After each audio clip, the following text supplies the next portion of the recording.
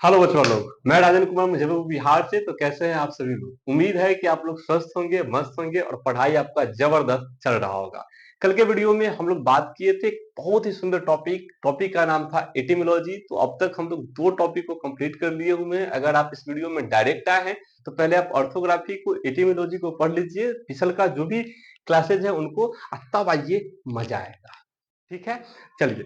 तो आज हमारा तीसरा टॉपिक है। टॉपिक क्या है जी? तो पहला टॉपिक था ऑर्थोग्राफी, दूसरा था एटिमोलॉजी, और अभी जो हम लोग टॉपिक पढ़ने जा रहे हैं उस टॉपिक का नाम है सिंटेक्स। तो सिंटेक्स के बारे में जानेंगे, सिंटेक्स के अंदर की चीजों को जानेंगे कि सिंटेक्स होता क्या है, इसमें किन चीजों का अध्ययन किया जाता है और क्या जरूरी है इन चीजों को, कैसे जरूरी है, क्या जरूरी है, क्यों पढ़ते हैं इन चीजों को, सब कुछ हम लोग जानेंगे डिटेल में।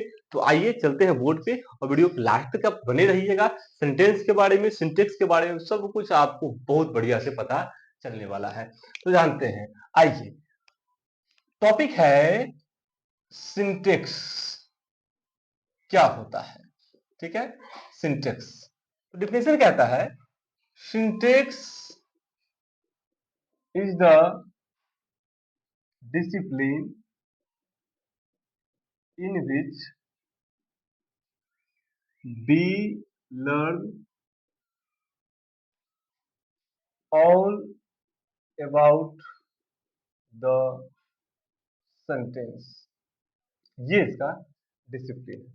अगर आप मेरे वीडियो में आप शुरू से बने हुए हैं तो बड़ा मजा आ रहा होगा चीजों को कि सर डिफिनेशन जो आप लिखाते हैं राजन सर, गजब लिखाते हैं। एकदम हूबहू एक जैसा सबका सब डिफिनेशन है कि अगर कॉन्सेप्ट खाली समझ गए तो सर ये डिफिनेशन पे बैठा देना है, बात पूरा परफेक्ट बैठेगा। हाँ, सारा का सारा आपको डिफिनेशन सेम लग रहा होगा। तो डिफिनेशन क्या कह रहा है? डिफिनेशन कह रहा है सिंटेक्स इज द डिसिप्लिन। क्या है सिंटेक्स? तो सिंटेक्स एक डिसिप्लिन है। जैसे ऑर्थोग्राफी एक डिसिप्लिन था पहला, दूसरा भी इटिमोलॉजी क्या था? डिसिप्लिन। उसी प्रकार से तीसरा ये सिंटेक्स भी क्या है जी? डिसिप्लिन। तो वही डिफिनेशन तो सब में लिखा जा रहा है, एकदम सिंपल।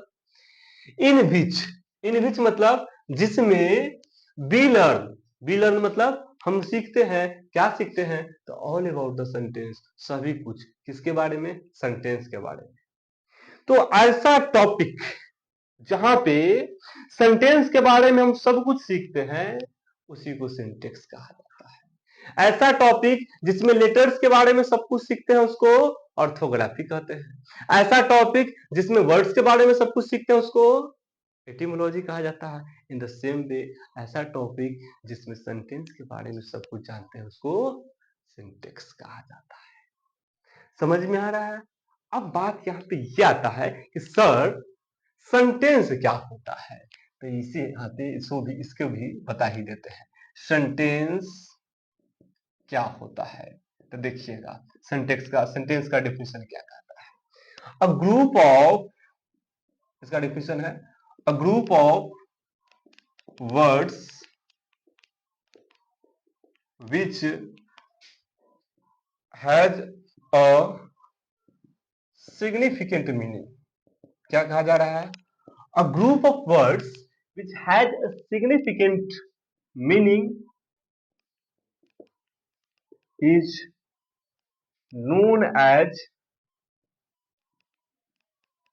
वर्ड। क्या डिफिनेशन है? जैसे लेटर्स को मिला करके हम वर्ड बनाते थे, इन द सेम वे जब हम वर्ड को बनाएंगे तो सेंटेंस बनेगा। सही पकड़े हम। जैसे ईंट को मिलाते हैं तो दीवार बनता है, और दीवार को मिलाते हैं तो एक कमरा बनता है, और कमरा को मिलाते हैं तो एक मकान बनता है। In the same way letter को मिलाएंगे तो वर्ड बनेगा, और वर्ड को मिलाएंगे तो सेंटेंस बनेगा। लेकिन कंडीशन सेम है जो वर्ड में था। वर्ड का कंडीशन क्या था कि लेटर को साथ में मिलाएंगे लेकिन उसका कोई सिग्निफिकेंट मीनिंग आना चाहिए।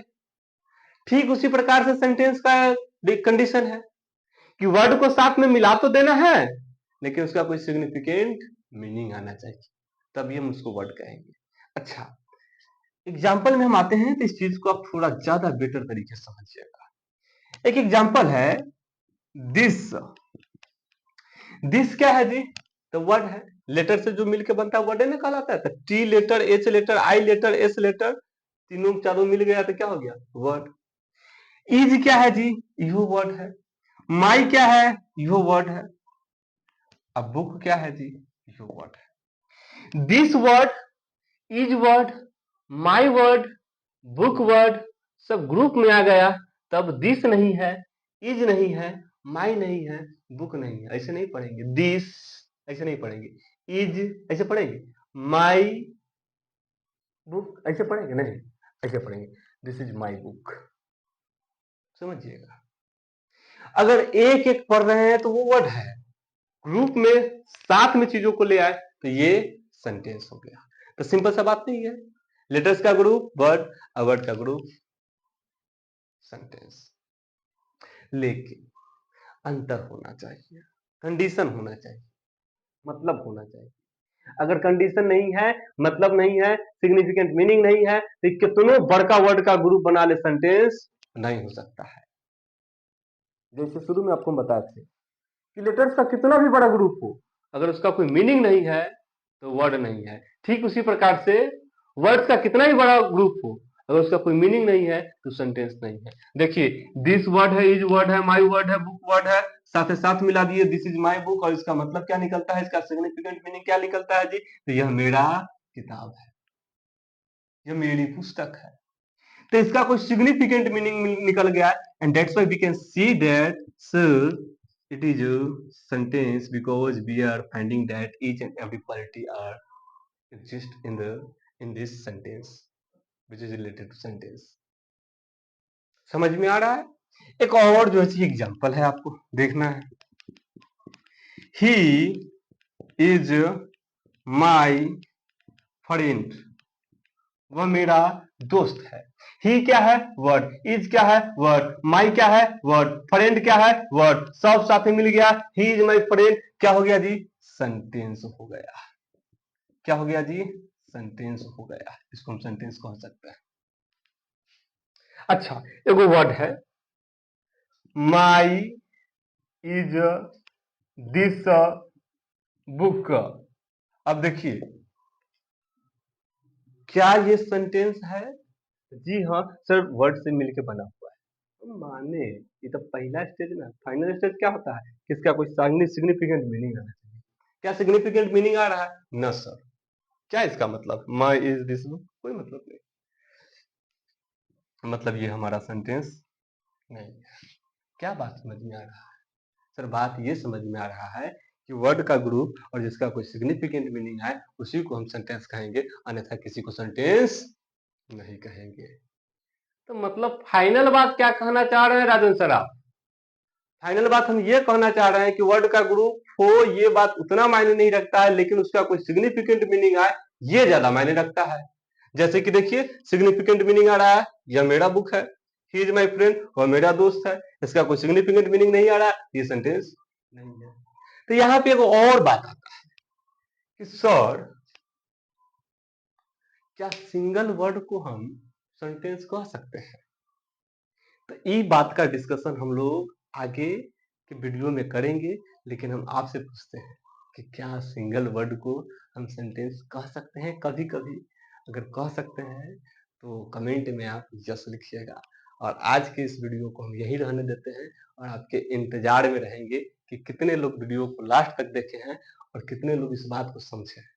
अगर समझे हैं और यहाँ तक पहुंचे हैं तो इस बात के प्रूफ के लिए आप जो है कि लिखिएगा कि सर वर्ड को वर्ड को हम सेंटेंस कह सकते हैं कि नहीं। अगर वर्ड को सेंटेंस कह सकते हैं तो सीधे यस लिख दीजिएगा, और वर्ड को सेंटेंस नहीं कह सकते हैं तो नो लिख दीजिएगा। इतना ही हम आपसे चाहते हैं। आज की इस वीडियो में इतना ही रहने देते हैं, मिलते हैं एक नए वीडियो में, नए कल के सेशन में। आज के लिए बस धन्यवाद, मिलते हैं नेक्स्ट वीडियो में।